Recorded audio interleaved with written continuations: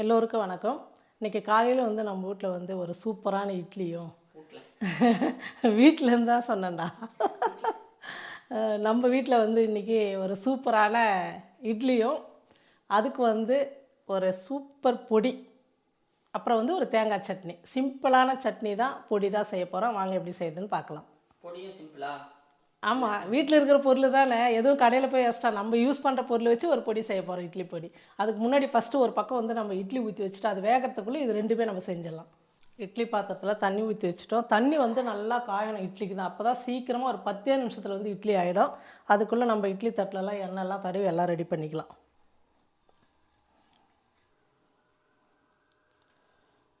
பொடி சட்னிலாம் செஞ்சுட்டு இட்லி ஊற்றினா அதுக்கு வேறு ஒரு 1/4 மணி நேரம் ஆகுமா, லேட் ஆகிடும். அதனால் ஒரு பக்கம் இட்லி ஊற்றி வச்சுட்டு ஒரு பக்கம் டக்குன்னு பண்ணிடலாம். இட்லி ஊற்றி வச்சுட்டோம். இப்போ நம்ம பொடி ரெடி பண்ணிக்கலாம். பொடிக்கு எல்லாத்தையும் வறுத்து நம்ம வச்சுட்டு அது சூடாகிறதுக்குள்ளே சட்னி ரெடி பண்ணிட்டா டக்குன்னு வேலை ஆகிடும். அதுக்கு பாருங்கள், நான் இட்லி பொடி செய்கிறதுக்கு என்னென்ன பொருள் எடுத்து வச்சுருன்னு பார்க்கலாம்.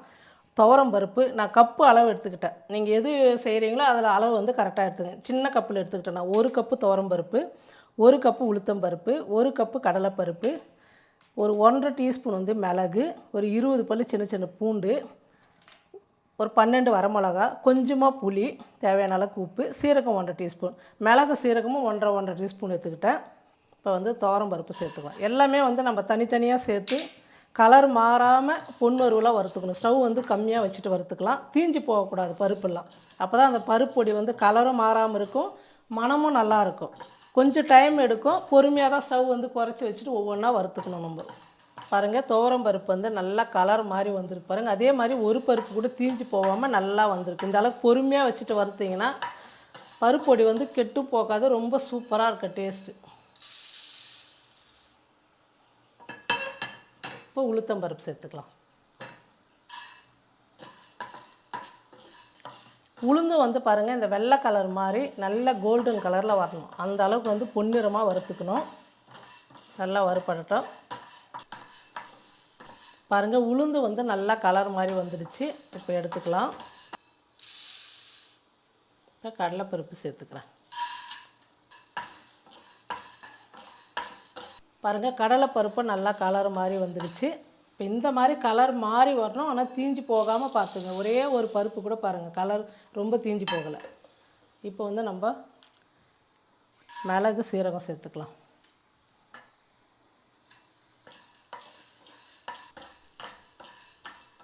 மிளகு சீரகமும் பாருங்கள் நல்லா வறுபட்டுடுச்சு.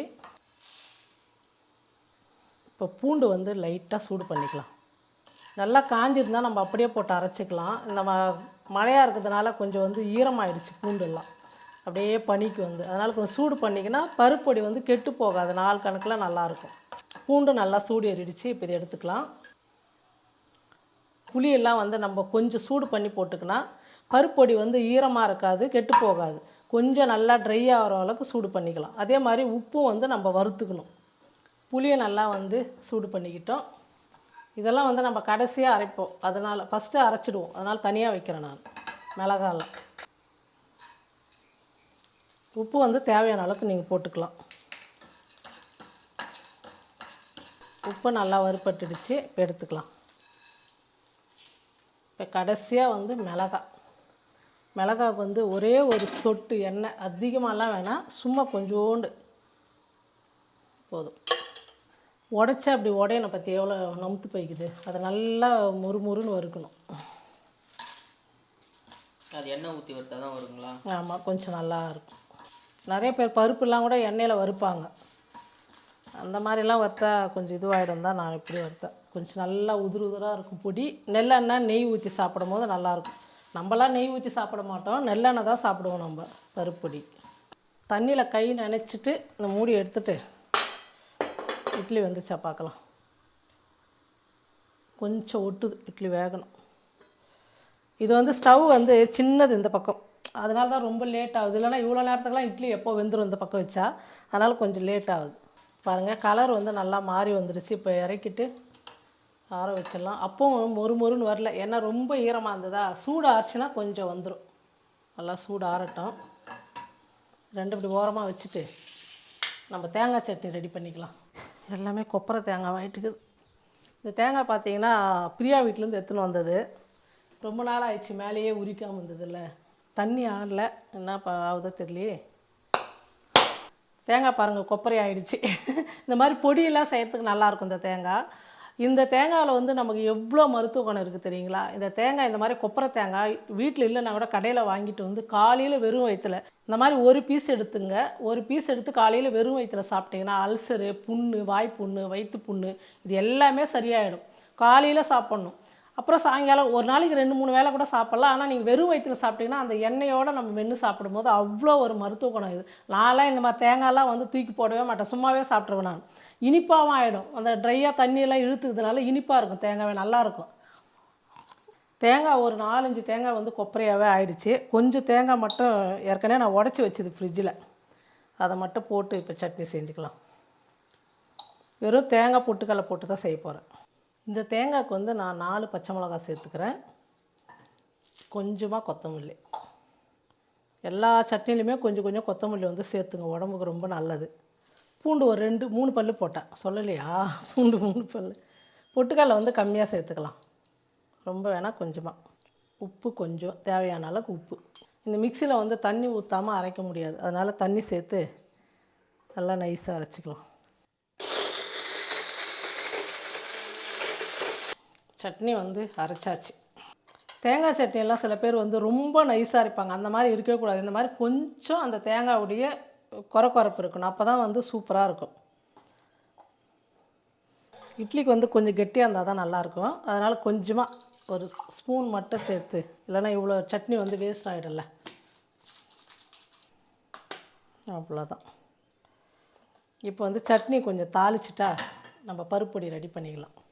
தேங்காய் சட்னி தாளிச்சாச்சு, தேங்காய் சட்னி ரெடி ஆகிடுச்சு பாருங்கள். இப்போ நம்ம வந்து பருப்பொடி வந்து அரைச்சிக்கலாம். சூடு ஆறிடுச்சு எல்லாமே வந்து, அதனால் வந்து பருப்பொடி அரைச்சிக்கிறேன். ஃபஸ்ட்டு வரமிளகா சேர்த்துக்கிறேன், இப்போ தான் சவுண்டு வருது. சூடு ஆறினோடனே பற்றியா சவுண்டு வருது. இப்படி இருந்தால் தான் வந்து நல்லா அறுப்படும். இப்போ புளி சேர்த்துக்கிறேன், இது கூட வந்து உப்பு சேர்த்துக்கிறேன். ஃபஸ்ட்டு இந்த வரமிளகா, புளி, உப்பு மட்டும் போட்டு கொஞ்சம் குறப்பாக அரைச்சிக்கலாம். பாருங்கள், இந்த மாதிரி நல்லா பொடியானதுக்கப்புறம் நம்ம பருப்பெல்லாம் சேர்த்துக்கணும். நல்லா பொடி ஆயிடுச்சு. இப்போ நம்ம வறுத்து வச்சு எல்லாமே சேர்த்துக்கலாம். மிளகு, சீரகம், கடலைப்பருப்பு, துவரம்பருப்பு, உளுத்தம்பருப்பு எல்லாம். நிறைய பேர் வந்து பருப்பு பொடியில் மிளகு சீரகம் சேர்க்க மாட்டாங்க, ஆனால் மிளகு சீரகம் கண்டிப்பாக சேர்த்துங்க, நல்ல ஜீரண சக்தி ஆகும். வெறும் நம்ம பருப்பு சாப்பிட்றதுனால அது கொஞ்சம் மந்தமாக சில பேருக்கு ஒத்து வராது பருப்பு பொடி. அதனால் மிளகு சீரகம்லாம் சேர்த்துக்கிட்டிங்கன்னா உடம்புக்கு வந்து ஒன்றும் பிரச்சனையே வராது, நல்லது உடம்புக்கு. டேஸ்ட்டும் நல்லாயிருக்கும், ஒரு மாதிரி மணமாக. இட்லி பொடிக்கு பார்த்தீங்கன்னா ரொம்ப வந்து நைஸாக அரைக்கக்கூடாது. சாதத்துக்கெல்லாம் அரைக்கிறோம் இல்லையா, சாப்பாட்டு பொடி, அது மட்டும் தான் நைஸாக இருக்கணும்.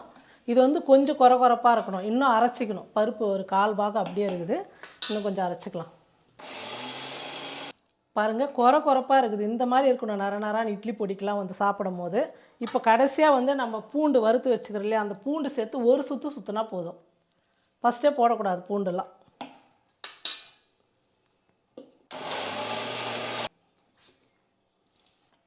பாருங்கள், பூண்டு வந்து நல்லா இதுவாகிடுச்சு. ரொம்ப நைஸாக இருக்கக்கூடாது, இந்த மாதிரி கரெக்டான பக்குவம் இது தான். இட்லிக்கு வந்து நல்லா இந்த மாதிரி ரவை மாதிரி இருக்கணும், ரவை கூட கொஞ்சம் பெருசாகவே இருக்கணும். சூப்பரான பருப்பு பொடி வந்து இட்லிக்கு ரெடி ஆகிடுச்சு. இட்லி சூடாக ஒரு 4 இட்லி வச்சிக்கின்னு நம்ம இந்த பருப்பொடி வச்சு நெய் ஊற்றியோ இல்லை வந்து நெல்லெண்ணெய் ஊற்றி சாப்பிடும்போது அவ்வளோ நல்லாயிருக்கும். இப்போ நம்ம இட்லியை வந்துச்சு எடுத்துக்கலாம். பருப்பொடிக்கெல்லாம் சூடாக இருந்தால் தாண்டா சூப்பராக இருக்கும். நெய் எண்ணெய் ஊற்றி சாப்பிடுவில்ல, நல்லா உருகு.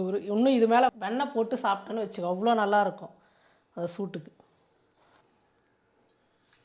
நான் வந்து இந்த கரண்டி வந்து இட்லிக்குன்னே எடுத்தேன். அழகாக அப்படி எடுக்கும்போது நீட்டாக வந்துடும், கை வைக்க வேண்டியதே இல்லை, ஸ்பூனெல்லாம் வைக்காமல் அழகாக அப்படி வந்துடும்.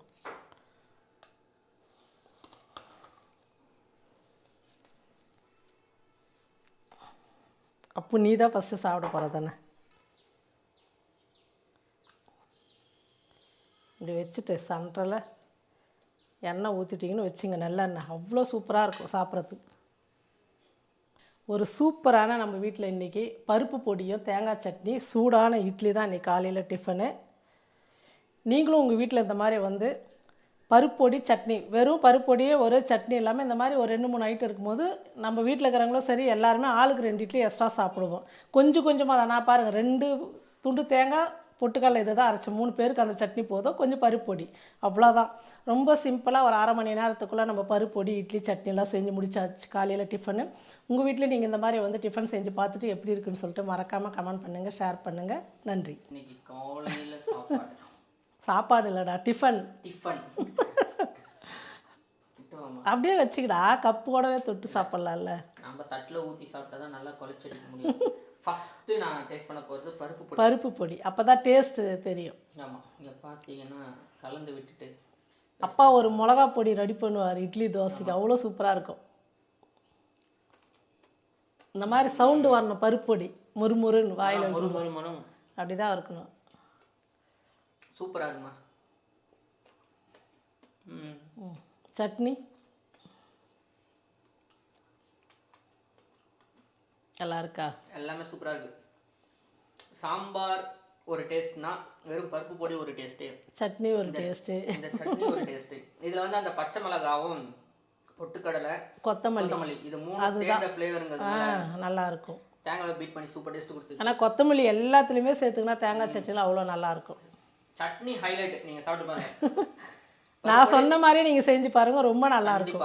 இந்த சட்னி ரொம்ப இதே அளவில் கொஞ்சம் ஒரே ஒரு வாட்டி டேஸ்ட் பண்ணி பாருங்க செஞ்சு. பருப்பொடி எப்பவுமே இதுக்கு மேலே கவலை இல்லை, ஒரு 4 நாளைக்கு ஆமாம் சூப்பராக சாப்பிட்டுக்கலாம். இட்லிக்கு நல்லா இருக்குது. இட்லி வந்து ரொம்ப சாஃப்டாக இருக்குது. அதே மாதிரி அம்மா மெஷர்மெண்ட் போட்டு நிறைய இட்லி வீடியோ போட்டிருக்காங்க, அதை மாதிரி ட்ரை பண்ணி பாருங்கள். ஹைலைட்டாக இருக்கும். அப்போ தான் இந்த அளவுக்கு சாஃப்டாக இட்லி இருந்தால் தான் வந்து சாப்பிட்றது நல்லா இருக்கும். சைட் டிஷ்ஷோட சாப்பிடும்போது டேஸ்ட்டாக தெரியும். ஆமாம், அவ்வளோதான்.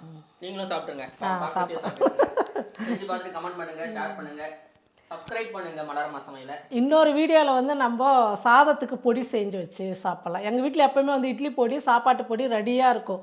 வெறும் சாதம் வெடிச்சுக்குவோம், நல்லெண்ணெய் ஊற்றிக்குவோம், நெய் ஊற்றிக்குவோம், சாப்பாட்டு பொடி போட்டு கலந்து சாப்பிட்ருவோம். குழம்புன்னு எதிர்பார்க்கவே மாட்டோம். இட்லிக்கு அவ்வளோதான், ஒரு மிளகா பொடி இந்த மாதிரி காரப்பொடி சட்னி இப்படி செஞ்சு வச்சுக்கோ. நீங்களும் இதெல்லாம் ஸ்டாக் பண்ணி வச்சுக்கினீங்கன்னா எப்போவுமே ரொம்ப சிம்பிள், டக்கு டக்குன்னு செஞ்சுக்கலாம் எதுவுமே இல்லைன்னாலும். ஓகே, தேங்க்யூ, எல்லாருக்கும் நன்றி.